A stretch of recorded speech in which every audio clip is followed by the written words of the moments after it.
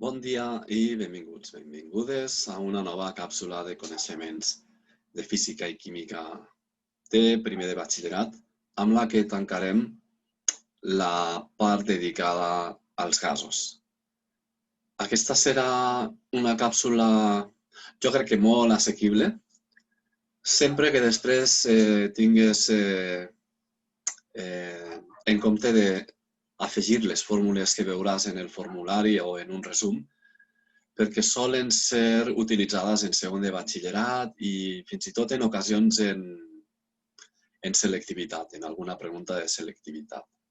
Però això no t'ha d'espantar perquè veuràs que es pot entendre perfectament. Aquesta càpsula la dedicarem a mescles de gasos i al concepte de pressions parcials que tenen associades. Concretament, tot estarà inclòs o plantejat des de la llei de les pressions parcials de Dalton. Així que si esteu preparades i preparats, comencem. Anem a veure què és el que formula aquesta llei de Dalton de les pressions parcials i veureu que és algo molt intuïtiu, molt de sentit comú.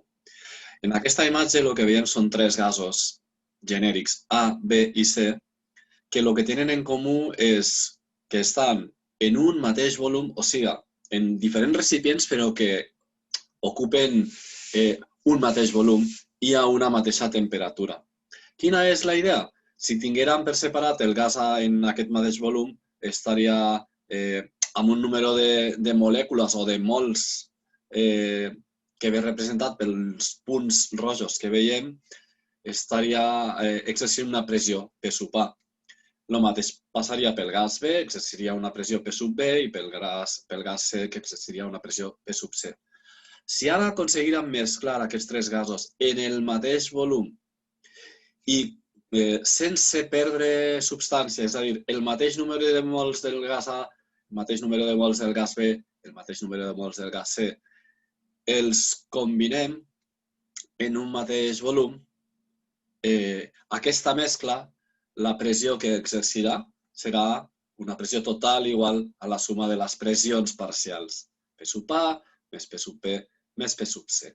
I això és el que va plantejar Dalton després de comprovar-ho experimentalment en diverses ocasions.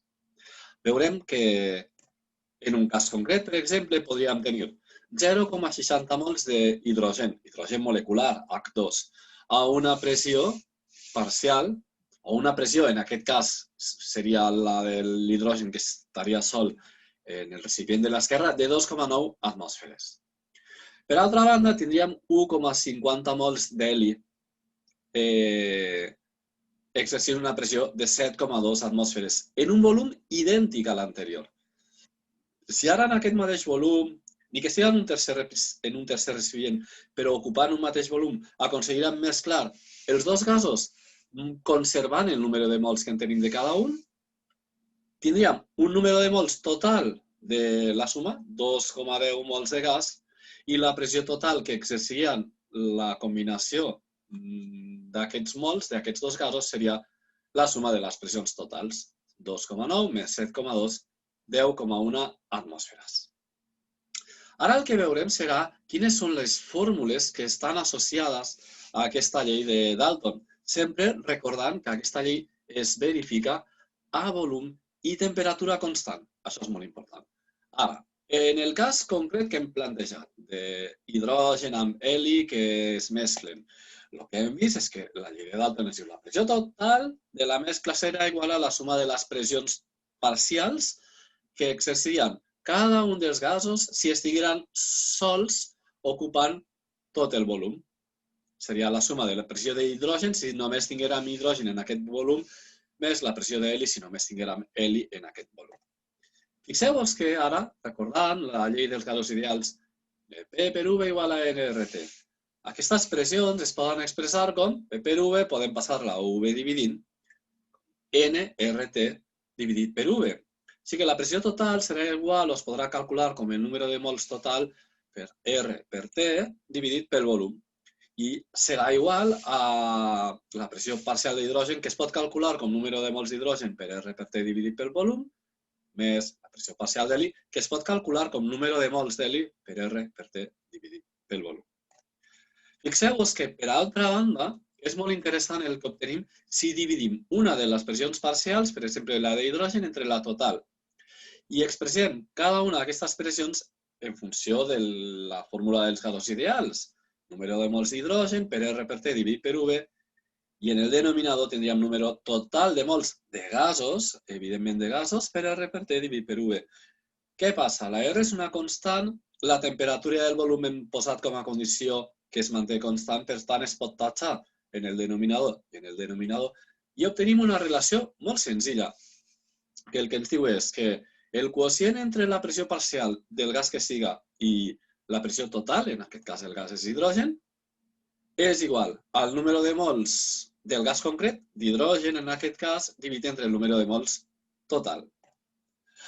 A partir d'ahí, amb una senzilla operació, podem expressar la pressió parcial d'hidrogen com el quocient entre el número de mols d'hidrogen i el número de mols total multiplicat per la pressió total, que l'hem passat de l'esquerra a la dreta en la igualtat.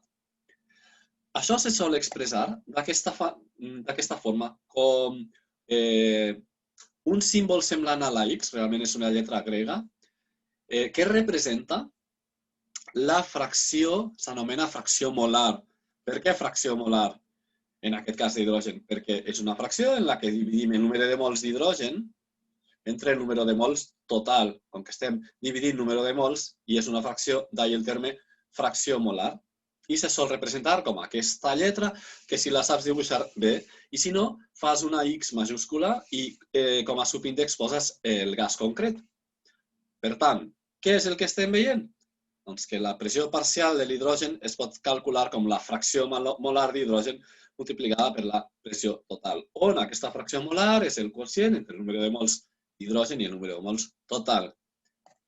Evidentment, obtindríem exactament el mateix per l'heli. Molt bé. De manera que, recapitulant, les expressions que hem trobat per l'exemple del que hem partit són aquestes. Que la pressió parcial d'un gas entre la pressió total és igual al número de mols del gas entre el número de mols total, que la pressió parcial de qualsevol dels gasos es pot calcular com la fracció molar del gas per la pressió total, que aquesta fracció molar es calcula com el número de mols del gas entre el número total de mols gasosos, i una relació molt interessant que de seguida justificarem, que és que la suma de les fraccions molars sempre ha de donar 1. Fixa't, si sumem la fracció molar d'hidrogen més la d'heli, haurem de sumar el número de mols d'hidrogen entre el número de mols totals més el número de mols d'heli entre el número de mols total.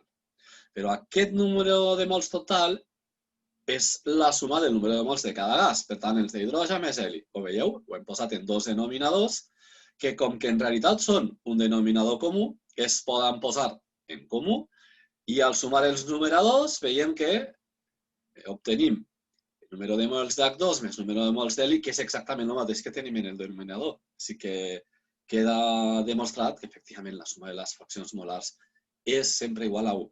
En aquest cas amb dos elements, amb dos gasos, però independentment del número de gasos que tinguem.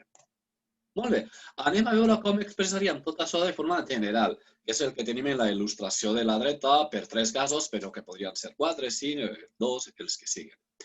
El que veiem és que la relació genèrica es pot escriure com pressió parcial d'un gas I pot ser 1, 2, 3, 4, etc., dividida entre la pressió total de la mescla dels gasos, és igual al número de mols del gas I pot ser 1, 2, 3, 4, igual que abans, entre el número de mols total. Que la pressió parcial de qualsevol d'aquests gasos, que anomenem com I, que vol dir P sub 1, P sub 2 o P sub 3, es pot calcular com la fracció molar d'aquest gas per la pressió total de la mescla, on aquesta fracció molar es calcularia com el número de mols d'aquest gas particular entre el número de mols gasosos total de la mescla de gasos. I igualment, es satisfarà aquesta condició, que la suma de totes les fraccions molars haurà de ser igual a 1. I això és bàsicament tot. Com deia al principi de la sessió, de la càpsula, seria molt recomanable que això que tens en aquesta última pàgina ho traslladaràs a un formulari i practicant, aplicant aquestes fórmules en alguns exercicis, vagis fixant aquests conceptes, el de pressions parcials, el de fraccions molars, com es calculen i com es relacionen. Per això et deixo l'enllaç a un parell de vídeos de YouTube, et deixaré l'enllaç en l'entrada, en el blog, i així et deixo una captura de pantalla, un d'una resolució d'un exercici, molt ben plantejat pas a pas, en el que veiem com calcular les pressions parcials a partir de les fraccions molars del canal Unicos. I una altra en la que hi ha una mescla de la teoria que acabem de veure i l'aplicació en la resolució de 3 exercicis del canal de YouTube de la Universitat Politècnica de València. I amb això i el llistat, la recopilació de recursos que s'han utilitzat, acabem aquesta sessió. Fins la propera. Adéu.